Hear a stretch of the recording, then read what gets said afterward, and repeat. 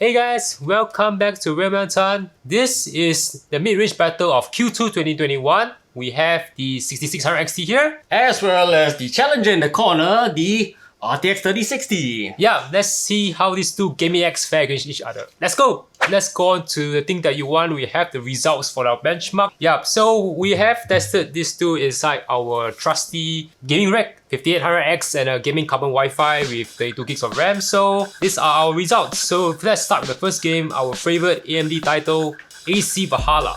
Well, this one honestly is of no surprise. This is basically Lisa Su pulling her reverse suplex again. So if I were to look at the averages, 1080p, 67 versus 84, not too surprising. Yep.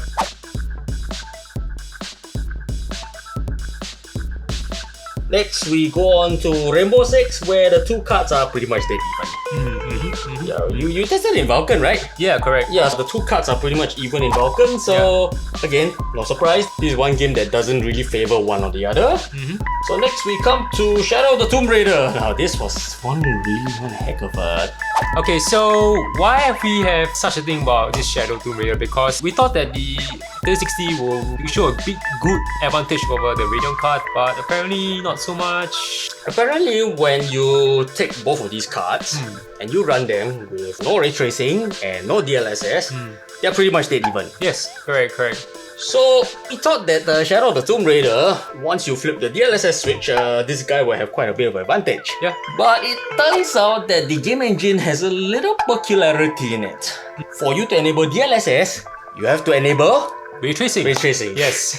Due to that, we could not test the game with ray tracing off but DLSS on. So our theory is that because it runs on the first generation of DLSS, maybe it didn't do that well with the game yet. So I think a sign of like they programmed it to work in the team. You can't have one or the other. Yeah, but then this is not our major DLSS title. Of course, we gotta bring out our superstar title, CP2077. Ah yes. And that one is where things get really interesting. Because if I were to look at the results for CP2077, is that the 6600 XT and the 3060, if you have ray tracing and DLSS turned off, On par with each other. yeah, they're on par with each other. It's the moment when you start to turn on DLSS for the green side, then you can see DLSS works its big magic over the Radeon card. From an average of about 60 FPS, RTX 2060 down here does on DLSS auto setting 84. If we were to set to DLSS quality setting, it doesn't change, it's 85. And if we were to set it to performance, which is what I like to call the PS3 mode, you get 100. Yeah, you get additional 10% performance when you switch to performance mode, no? Yeah. And what are the prices for these two cards? Okay, the prices for these two cards, I'm not gonna list down the exact pricing because these things have a habit of jumping up and down these days. Yeah. What I can say is that the Radeon over there is in the region of like $800 to $820, and this guy has been floating at the $899 range for quite a while. The gap between these cards is about 80 to 100. Yeah, so we were laughing that you're actually paying that $100 for DLSS. Which actually brings to the question, given that we have this price difference for SGD $80 to $100, which of these two cards actually come out top? Which one will you pick?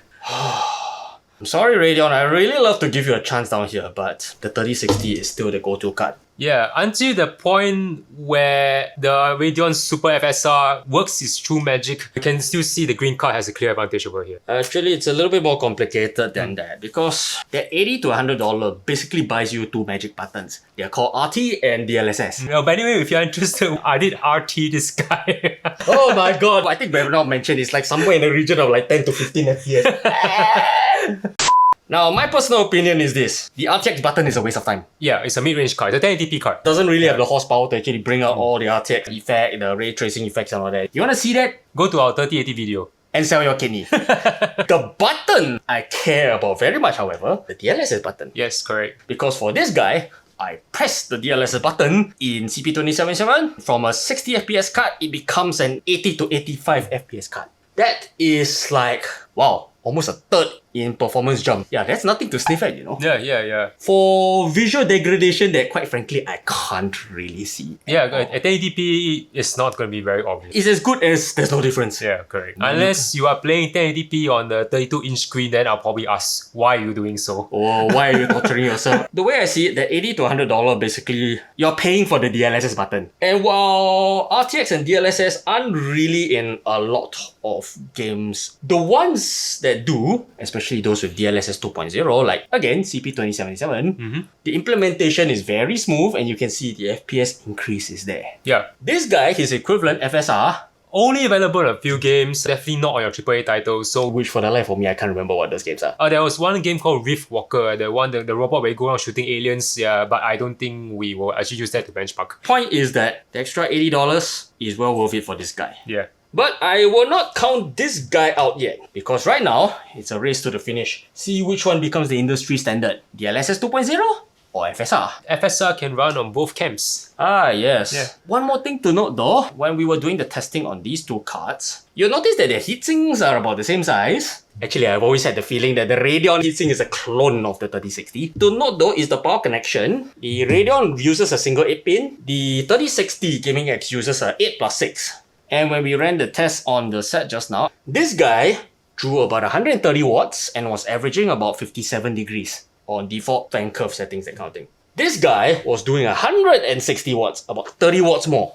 And this guy went to about 60, 61. Yeah. This guy being the one that runs 5 degrees hotter, it draws about 40 watts more. Correct. So if power consumption and if you're considering building a system in a very cramped ITX casing, that kind of thing, then yeah, maybe this guy will be a decent option because 40 watts less of power consumption, which can translate to heat, is nothing to sniff at. Yes, correct. I'll say this guy comes out on top for now, but don't count the 6600 XT yet. We shall see where FSR goes. I don't really care about pretty lights and all that.